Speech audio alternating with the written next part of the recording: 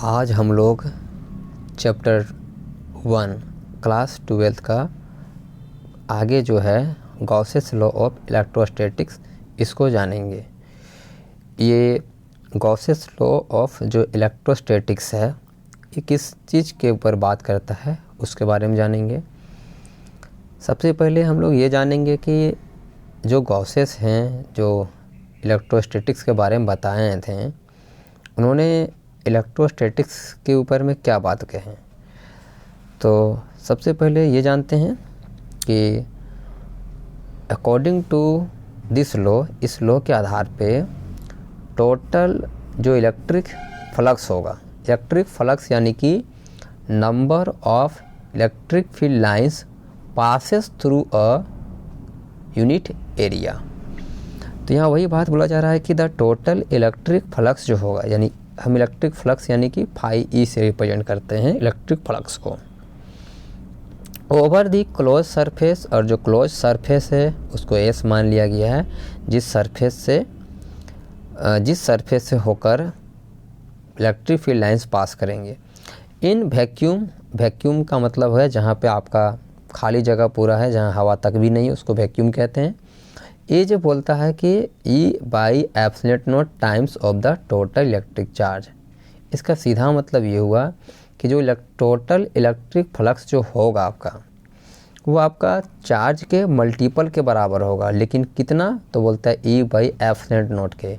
E by epsilon not और charge के multiple के बराबर जो रिजल्ट आएगा उसी को हम लोग बोलेंगे इलेक्ट्रिक फ्लक्स। अब इस इलेक्ट्रिक फ्लक्स का डेरिवेशन को देखेंगे कि जो फाई ई बराबर ई बाई एप्सिलॉन नॉट इंटू जो क्यू आया है वो कैसे फाइंड हुआ है। तो प्रूफ में सबसे पहले ये मान लेते हैं कि जो क्यू है वो मेरा चार्ज है जो सेंटर में है, और एक स्फीयर लिए हैं, स्फेरिकल सरफेस लिए हैं, और वो स्फेरिकल सरफेस का ये आपका रेडियस हो गया, और ये जो पी आपको दिखाया जा रहा है यहाँ पे वो आपका टेस्ट चार्ज है, यहाँ टेस्ट चार्ज है, और इसी के ऊपर एक सरफेस लिए हैं। मतलब समझ लीजिए कि एक स्फीयर के ऊपर एक छोटा सा हम सरफेस लिए हैं, और इससे होकर कितना इलेक्ट्रिक फील्ड लाइंस पास करेगा उसी चीज़ को हम लोग कहते हैं इलेक्ट्रिक फ्लक्स। तो इलेक्ट्रिक फ्लक्स के बारे में ही जानेंगे, और ये आपका जो है ये लाइन आपको रिप्रेजेंट कर रहा है इलेक्ट्रिक फील्ड इंटेंसिटी का। इलेक्ट्रिक फील्ड इंटेंसिटी जो होगा वो कितना क्या होगा। तो यहाँ वही लिखा हुआ है कि Q जो है आपका, Q जो है चार्ज है जिसको रखा गया है सेंटर पे, R जो आपका रेडियस है स्फेरिकल सरफेस का, और E जो है अगर इलेक्ट्रिक फील्ड इंटेंसिटी को बताता है तो हम लोग ये कह सकते हैं कि जो इलेक्ट्रिक फील्ड इंटेंसिटी आपका दो चार्ज के बीच में जो होता है उसके बारे में हम लोग पहले से जानते हैं कि इलेक्ट्रिक फील्ड इंटेंसिटी कि जो इलेक्ट्रिक फील्ड इंटेंसिटी दो चार्ज के बीच में होता है वो ये होता है कि 1/4 पाई एप्सिलॉन नॉट और Q/r²। यहाँ Q1 इंटू Q2 होता है, लेकिन यहाँ जो Q2 के तौर पे हम लोग जानते हैं टेस्ट चार्ज है, और टेस्ट चार्ज का जो वैल्यू होता है वो 1 होता है, जिसके कारण Q2 यहाँ से 1 बन के Q1 तैयार हो गया है। मतलब यहाँ जो होता है Q1 इंटू Q2 होता है, लेकिन Q2 वैल्यू 1 होता है, तो 1 इंटू Q1 तो Q1 ही हो गया। आल्सो वी नो दैट, हम लोग ये भी जानते हैं कि जो चेंज इन इलेक्ट्रिक फ्लक्स होता है वो आपका इलेक्ट्रिक फील्ड इंटेंसिटी और जो स्मॉल सरफेस है उसके डॉट प्रोडक्ट के बराबर होता है, और ये जो डॉट प्रोडक्ट हम लोग जानते हैं कि E/ds cos थीटा के बराबर होता है। ये दो वेक्टर का डॉट प्रोडक्ट लेते हैं, डॉट प्रोडक्ट यानी कि स्केलर वैल्यू देता है, क्योंकि हम लोग जानते हैं जो फाई ई है वो अपने आप में एक स्केलर वैल्यू होता है, क्योंकि ये तो नंबर बताता है ना कि फाई ई है क्या। तो फाई ई तो इलेक्ट्रिक फील्ड जो है इलेक्ट्रिक फील्ड लाइंस का एक यूनिट एरिया से होकर कितना पास कर रहा है उसको डिपेंड करता है। तो अगर मान लीजिए कि अगर इन दोनों के बीच में यानी सरफेस एरिया और इलेक्ट्रिक फील्ड इंटेंसिटी के बीच में अगर एंगल अलग अलग बनेगा तो फिर इलेक्ट्रिक फ्लक्स जो होता है वो भी चेंज करता चला जाएगा। जैसे यहाँ बोला जा रहा है कि the direction of electric field and normal to the surface are same. अगर मान लेते हैं दोनों, अगर जो इलेक्ट्रिक फ्लक्स है इलेक्ट्रिक सरफेस जो है, मतलब सरफेस और जो इलेक्ट्रिक फील्ड है, इलेक्ट्रिक फील्ड और जो सरफेस है दोनों तो आपका एक ही जगह पाया जाता है। अब दोनों एक ही जगह हैं तो हम कह सकते हैं कि थीटा जो है वैल्यू क्या है, 0 है। अगर थीटा का वैल्यू 0 हो जाएगा तो कोस 0 डिग्री का वैल्यू 1 हो जाएगा। तो हम ये कह सकते हैं कि जो चेंज इन इलेक्ट्रिक फ्लक्स देखने को मिलेगा वो आपका EDS के बराबर होगा। अगर हम क्या कर लेते हैं इक्वेशन फर्स्ट में, इसको अगर यूज कर लेते हैं कि फाई ई जो होता है जो EDS होता है, तो इसी को अगर हम क्या कर लेते हैं इक्वेशन फर्स्ट जो यहाँ हम लोग लेट किए हैं कि E बराबर 1/4 पाई एप्सिलॉन नॉट Q/r², तो इसमें हम लोग देखो कैसे इसको बना सकते हैं। तो ये तो आपका जैसे डी फाई तो आ गया, और ये जो E है जो इक्वेशन फर्स्ट में दिखाया गया उसका रिजल्ट को पुट किया गया, और यहाँ से जो DS है वो DS को अपनी जगह में रख दिया गया है। अब अगर आगे हम लोग बात करते हैं इसी चीज़ को टोटल फाइंड करने के लिए, तो हम लोग जानते हैं कि किसी भी चीज़ का अगर टोटल निकालना होता है, अगर चेंज कर रहा है अगर उसका टोटल फाइंड करना है तो दोनों तरफ इंटीग्रेशन करना पड़ता है। लेकिन ये जो इंटीग्रेशन जो दिख रहा है वो क्लोज इंटीग्रेशन है, क्योंकि हम लोग जानते हैं जो सरफेस है वो क्लोज सरफेस है, इसीलिए ये इंटीग्रेशन भी हमको क्या करना पड़ रहा है, क्लोज इंटीग्रेशन लेना पड़ रहा है। हम लोग जानते हैं कि इंटीग्रेशन और जो डिफ्रेंशिएशन होता है एक दूसरे का जस्ट अपोजिट होता है, एक दूसरे के जस्ट रिवर्स होता है। तो ये तो फाइनली कट जाएगा, तो इधर से जो बच के आएगा वो हम लोग को डेल फाई बचेगा। रिजल्ट इधर हमको ये देखना है कि ये 1/4 पाई एप्सिलॉन नॉट और जो Q/r² ये पूरा कांस्टेंट हो गया है इस सरफेस के अकॉर्डिंग टू। तो ये क्या हो गया, हम इसको बाहर कर लिए तो केवल इंटीग्रेशन सरफेस का होगा, और जो इंटीग्रेशन सरफेस का होता है तो टोटल सरफेस बन जाएगा। तो इधर से तो जान रहे ये वाला है, और यहाँ से ये जो है पूरा बाहर था, DS से S बन गया। अब जो DS से S बना है तो S का मतलब क्या है, टोटल सरफेस ऑफ स्फीयर का, और टोटल सरफेस ऑफ स्फीयर का फॉर्मूला होता है πr²। और इधर तो जान ही रहे हैं हम लोग कि भाई फाई दे देगा, डिफरेंशियल इंटीग्रेशन कैंसिल हो गए, और इधर से 4 पाई, इधर का 4 पाई कट गया, और Q, और यहाँ से केवल बच गया, यहाँ पे Q बचा, यहाँ से एप्सिलॉन नॉट बचा क्योंकि r² से कट गया। तो फाइनली जो निकला रिजल्ट वो फाई E बराबर E/एप्सिलॉन नॉट और इनटू में Q आया, और इसी को हम लोग क्या कहते हैं, गॉसेस लॉ कहते हैं। मतलब हम लोग इस रिजल्ट से ये फाइंड कर सकते हैं, अगर हमें इलेक्ट्रिक फ्लक्स दिया हुआ है और ये 1/एप्सिलॉन नॉट का वैल्यू दिया हुआ है और हमको चार्ज निकालना है तो हम इस फार्मूला की मदद से निकाल सकते हैं। अगर चार्ज दिया हुआ है तो हम इलेक्ट्रिक फ्लक्स भी फाइंड कर सकते हैं। गॉसेस लॉ का ही इस्तेमाल करके बहुत सारा एप्लीकेशंस, मतलब गॉसेस लॉ का बहुत सारा एप्लीकेशंस है, क्योंकि इससे बहुत रिजल्ट को डेरिवेटिव किया गया है, डेराइव किया गया हुआ है, बहुत सारे रिजल्ट को डेराइव किया गया है। जैसे यहाँ दिखाया जा रहा है आपको कि एप्लीकेशन ऑफ गॉसेस लॉ, तो we use Gauss's law to find various expression, some application are, जैसे कुछ दिखाया जा रहा है टू डेराइव्ड कूलम्स लॉ। ऐसे तो हम लोग कूलम्स लॉ पहले भी फाइंड कर चुके हैं कि कूलम्स लॉ में कहता है कि दो चार्ज के बीच में जो फोर्स लगता है वो आपका फोर्स डायरेक्टली प्रोपोर्शनल होता है मासेस का, और या फिर कह सकते हैं चार्जेज का, और इन्वर्सली प्रोपोर्शनल होता है दोनों का डिस्टेंस का स्क्वायर का। तो वो चीज़ हम लोग इसके हेल्प से, यानी कि गॉसेस लॉ जो पढ़े अभी उसके लॉ, उस लॉ से भी हम लोग क्या कर सकते हैं, फाइंड कर सकते हैं। तो इसलिए बता रहा है कि हम लोग गॉसेस लॉ के हेल्प से क्या क्या फाइंड कर सकते हैं, कौन कौन सा लॉ को फाइंड कर सकते हैं, लॉ बोल रहे हैं कौन कौन सा एप्लीकेशन को फाइंड कर सकते हैं, उन चीज़ों को बताया जा रहा है। To find electric field intensity due to long straight conductor, एक स्ट्रेट कंडक्टर में इलेक्ट्रिक फील्ड इंटेंसिटी क्या होगा उसको फाइंड कर सकते हैं। To find electric field due to a plane sheet में इलेक्ट्रिक फील्ड इंटेंसिटी क्या होगा उसको फाइंड कर सकते हैं। To find electric field due to spherical hollow conductor में भी हम लोग इलेक्ट्रिक फील्ड इंटेंसिटी फाइंड कर सकते हैं। तो इन चारों में को हम लोग एक एक करके देखेंगे। जो सबसे पहला है टू डेराइव्ड कूलम्स लॉ।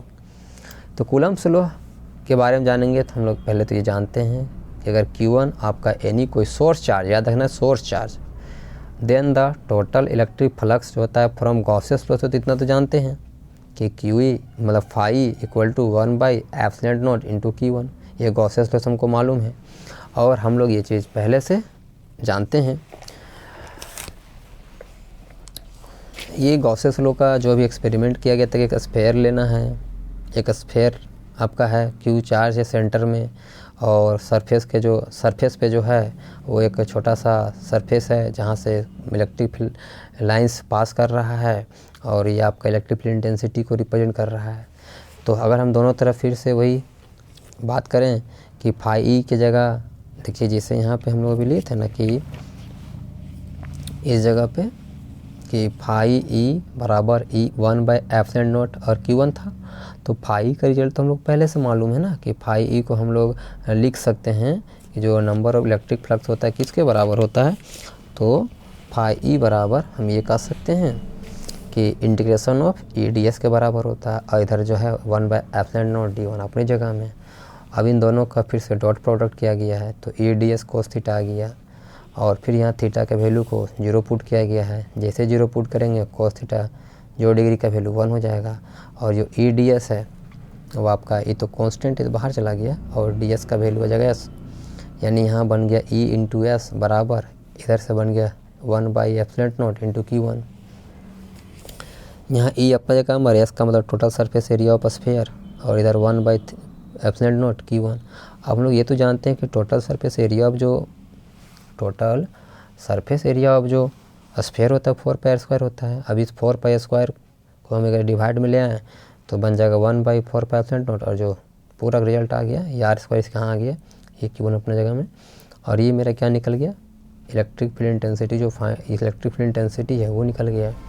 अब यहाँ पता चल रहा है कि force applied by this electric field on charge Q2, क्योंकि हम लोग Q1 तो यहाँ सोर्स था और कोई दूसरा चार्ज हम Q2 ले लिए हैं, और हम जानते हैं दो चार्जेज के बीच में ये रिलेशन होता है, पहले से पढ़ चुके हैं कि F बराबर Q E होता है। ये Q2 लिए हैं दूसरा चार्ज, इसीलिए Q2 लिए हैं, और ये E, तो force is multiple of charge into charge, multiple of charge into electric field intensity.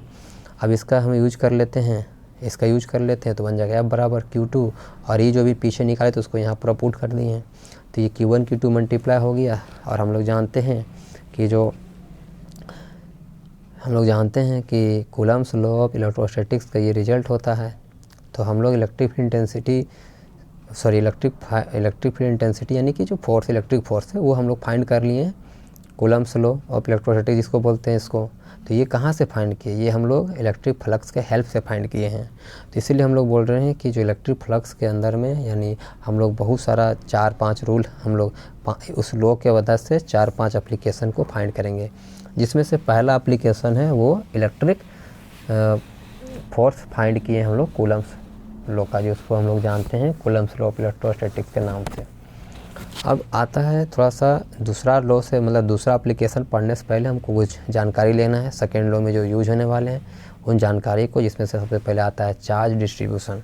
आखिर ये चार्ज डिस्ट्रीब्यूशन का मतलब क्या होता है, तो यहाँ कहा जा सकता है कि there are 3 types of charges, मतलब 3 तरह का चार्ज डिस्ट्रीब्यूशन होता है।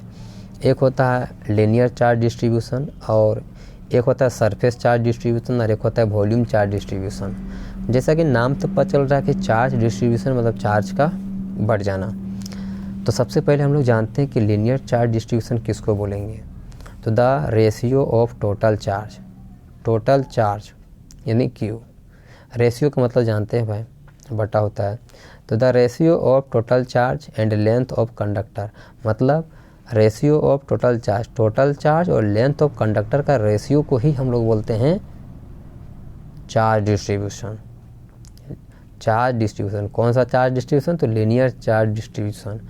It is denoted by lambda, और लीनियर चार्ज डिस्ट्रीब्यूशन को हम लैम्बडा से रिप्रेजेंट करते हैं। जैसे अगर मान लीजिए एक कंडक्टर है ये, और इसमें चार्ज डिस्ट्रीब्यूट हुआ है, पॉजिटिव चार्जेज हैं, और इसका लेंथ यहाँ से यहाँ L है। तो हम लोग क्या करेंगे, जो चार्ज है उसको ऊपर लेंगे, टोटल लेंथ जो नीचे लेंगे, इन्हीं का रेशियो को हम लोग क्या बोल देंगे, लीनियर चार्ज डिस्ट्रीब्यूशन। उसी तरह दूसरा नंबर जो है क्या है, सरफेस चार्ज डिस्ट्रीब्यूशन। तो सरफेस चार्ज डिस्ट्रीब्यूशन के बारे में जानेंगे कि सरफेस चार्ज डिस्ट्रीब्यूशन क्या होता है।